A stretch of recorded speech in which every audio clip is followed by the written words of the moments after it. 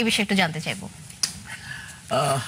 এটা তো আসলে আমি বলবো আমাদের এই প্রজন্মের শ্রেষ্ঠ সফলতা।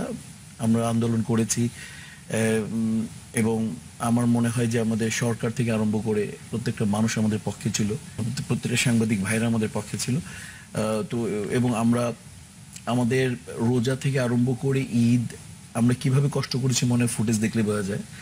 তো এটা ছাড়া কোনো আসলে সত্যকে কখনো দ্বিখণ্ডিত করা যায় না। সত্যর এমন ক্ষমতা মিথ্যার মাথায় উঠে মিথ্যাকে ভুলুণ্ঠিত করে দেবে। আমরা যা করেছি এটা সরকারের করার কথা ছিল, আর এটা দেরিতে হলেও এটা মন্ত্রণালয় বুঝতে পেরেছে এবং আমাদেরকে একটা সুষ্ঠু সমাধান দিয়েছি। আমি আশা করি যে ইনশাআল্লাহ খুব তাড়াতাড়ি একটা জাতীয় কমিটি হবে। জাতীয় কমিটি হওয়ার পর তখন আমাদের হারুন ভাইকে চিফ করে আমরা এটা করব। আমার বিশ্বাস ইনশাআল্লাহ এবার আমরা ঠকবো না এবং এমন একটা ন্যায় নীতি মাধ্যমে নীতিমালা তৈরি হবে যেটা বাংলাদেশকে ইনশাআল্লাহ অনেক এগিয়ে নিয়ে যাবে, আমি বিশ্বাস করি। আচ্ছা, সেটাই সফল একটা পরিসমাপ্তির কথা আপনি বললেন। অবশ্যই সফল পরিসমাপ্তি এই কারণেই যে আপনারা দেখেন, তাহলে বলতে হবে যে আমাদের আন্দোলন সঠিক ছিল, আমাদের নিয়মের বিরুদ্ধে আমাদের আন্দোলন, অনিয়মের বিরুদ্ধে আন্দোলন সঠিক ছিল, যার কারণে আমাদেরকে আপনারা তো যৌথ প্রযোজনার বিরুদ্ধে বলেননি, বলেছেন যে নিয়ম মেনে কাজ করা হয়। আমরা যৌথ প্রযোজনা আসবে এই দেশে, আমাদের শিল্পীরাই কাজ করবে, আমাদের টেকনিশিয়ানরাই কাজ করবে, আমাদের প্রোডিউসাররা টাকা লগ্নি করবে। আমরা আশা করতে পারি যে সফল পরিণতির কারণে সিনেমায় কিছুদিনের মধ্যে সুবাতাস বইবে। আমরা একটা বিরতি নেব, তবে তার আগে একটা ছোট্ট ভিডিও দেখে আসি। 6 জুলাই সমিতির কার্যনির্বাহী কমিটির সভায় সিদ্ধান্ত হয়েছে যে এছাড়া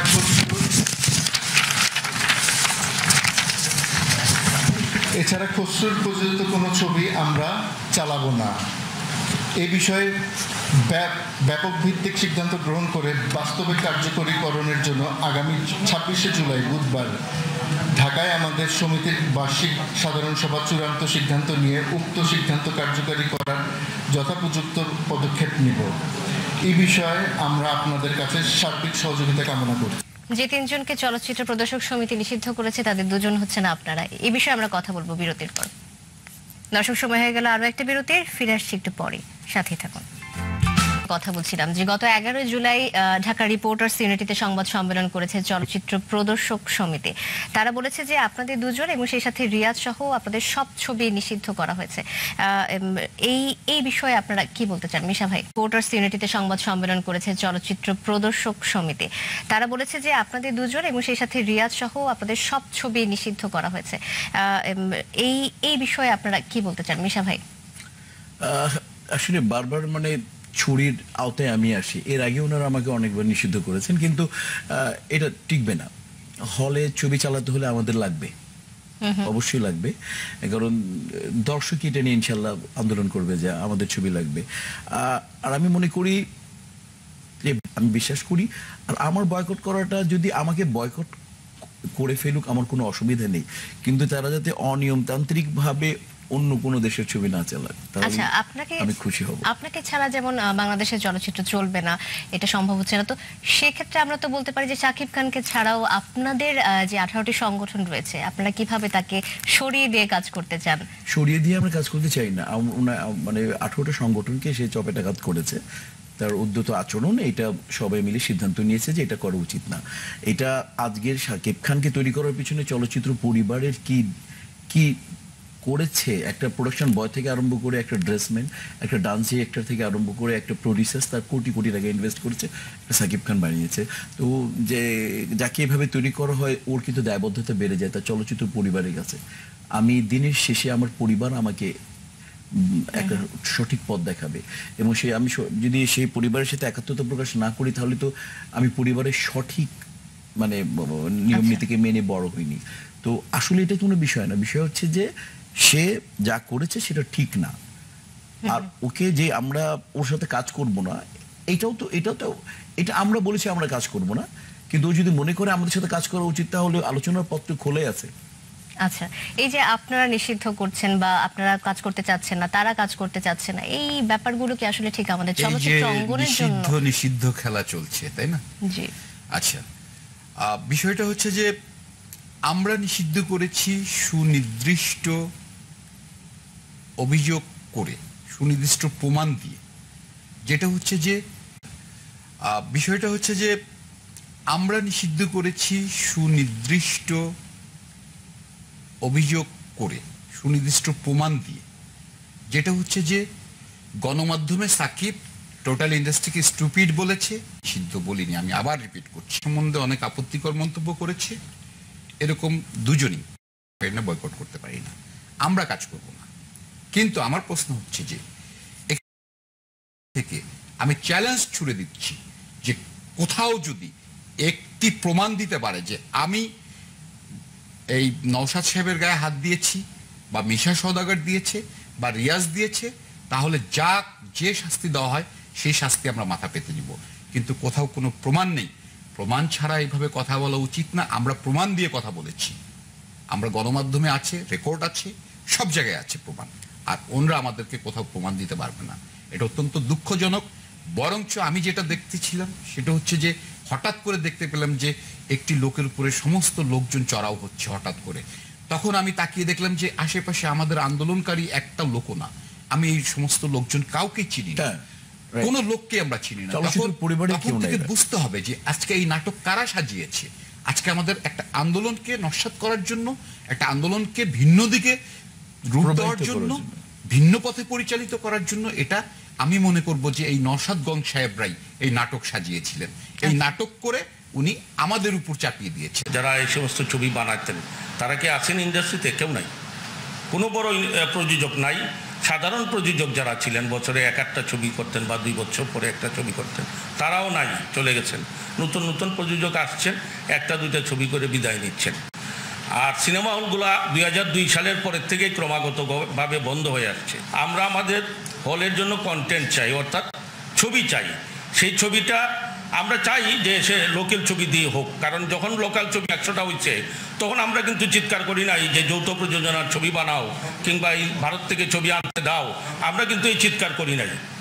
যখন হল বন্ধ হওয়া শুরু হয়েছে, যখন দেখলাম যে স্যাটেলাইটের কারণে আমাদের সেল মারাত্মকভাবে ক্ষতিগ্রস্ত হচ্ছে, গভর্নমেন্টের ট্যাক্স লাফায় লাফায় কমতেছে, ট্যাক্স আদায়, তখনই আমরা 2002 পর থেকে চিৎকার করা শুরু করছি যে ভারতীয় ছবি আমদানির ব্যবস্থা করব।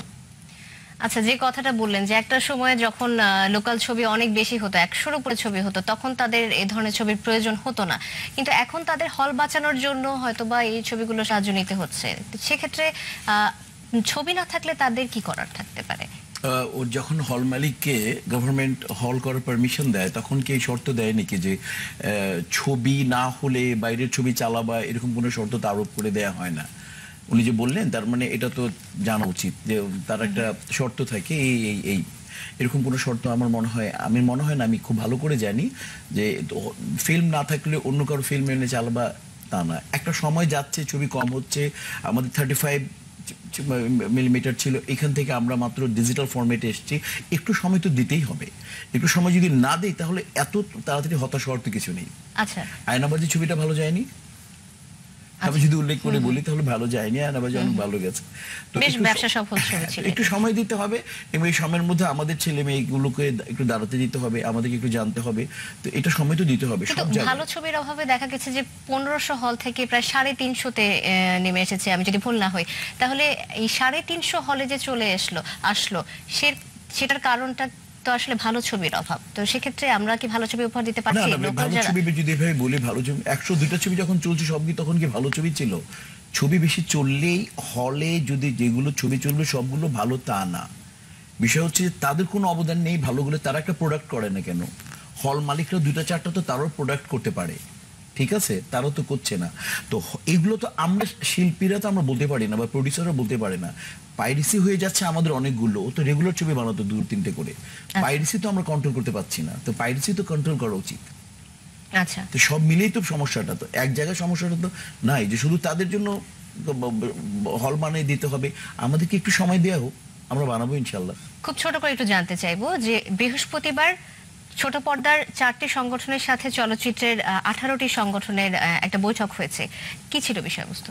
আচ্ছা, বিষয়বস্তু হচ্ছে যে আমাদের এই যে চলমান আন্দোলন, আমরা যে আন্দোলন করছি, আমরা যে সঠিক পথে আছি, নিয়মের আন্দোলন করছি, আমাদের নিয়ম নীতি এটা বজায় রাখার যে আন্দোলন করছি, সেইটার সাথে টেলিভিশনের সংগঠনগুলোকে আমাদের সাথে একাত্মতা প্রকাশ করছি। এইটার একটি কারণ আছে, সেটি হচ্ছে যে এখানে ডিরেক্টর গিল্ডস আছে, এখানে অভিনয় শিল্পী সংঘ আছে, এখানে প্রডিউসার্স অ্যাসোসিয়েশন আছে, এবং বেসরকারি বিশ্ববিদ্যালয়ে টেলিভিশন এবং চলচ্চিত্র বিষয়ক যে ডিপার্টমেন্ট আছে সেইখানকার ছাত্রদের একটা সংগঠন আছে। এই মোট 4 সংগঠন আমাদের 18 সংগঠনের সাথে যোগ দিচ্ছে।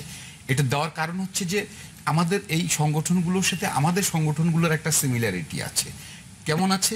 যে ওইখানকার ডিরেক্টররাও আমাদের চলচ্চিত্রের ডিরেকশন দেয়, আমাদের এখানকার ডিরেক্টররাও ছোট পর্দায় ডিরেকশন দেয়, ওইখানকার শিল্পীরাও আমাদের এখানে কাজ করে, এখানকার শিল্পীরাও ওইখানে ছোট পর্দায় কাজ করে। সেম প্রডিউসার অ্যাসোসিয়েশন টেলিভিশনের, আমি নিজেও প্রডিউসার অ্যাসোসিয়েশনের মেম্বার। টেলিভিশনে আমি অনেক প্রোডাকশন করেছি, তো আমি আবার ফিল্মেরও প্রোডাকশন প্রডিউসার অ্যাসোসিয়েশনের আছি, বা প্রডিউসার এখানে প্রোডাকশন তৈরি করছি। সো এই যে একটা, এটা আমরা যখন ছোট পর্দার যারা তাদের সমস্যা নিয়ে যখন আন্দোলন করেছে, শহীদ মিনারে এফটিও আন্দোলন যেটা আপনারা দেখেছেন বিগত দিনে, বিদেশি সিরিজের বিরুদ্ধে ডাব করা যে বিদেশি সিরিজ যেটা ধারাবাহিক যেটা চালানো হয়েছে তার বিরুদ্ধে যে আন্দোলন হয়েছে, সেই আন্দোলনেও কিন্তু আমরা তাদের আমাদের চলচ্চিত্র পরিবার আমরা কিন্তু তাদেরকে সমর্থন দিচ্ছি। এটা একটা উভয়ের মধ্যে একটা মেলবন্ধন, আমাদের সুসম্পর্ক আছে, যার জন্য আমরা একে অপরের সহযোগিতায় সবসময় আমরাও যাই, ওনাদেরকেও আমরা পাশে পাই, সেটারই একটা ধারাবাহিকতা। আমাদেরও প্রত্যাশা এটাই থাকবে যে সবার মধ্যে এই সাম্যতা বজায় থাকুক, এবং কিছুদিনের মধ্যে। ধন্যবাদ। দেখতে দেখতে সময় শেষ হয়ে গেল। দর্শক, আবারও নতুন কোনো অতিথিকে নিয়ে আপনাদের সামনে হাজির হয়ে যাব। সে পর্যন্ত ভালো থাকুন, সুস্থ থাকুন।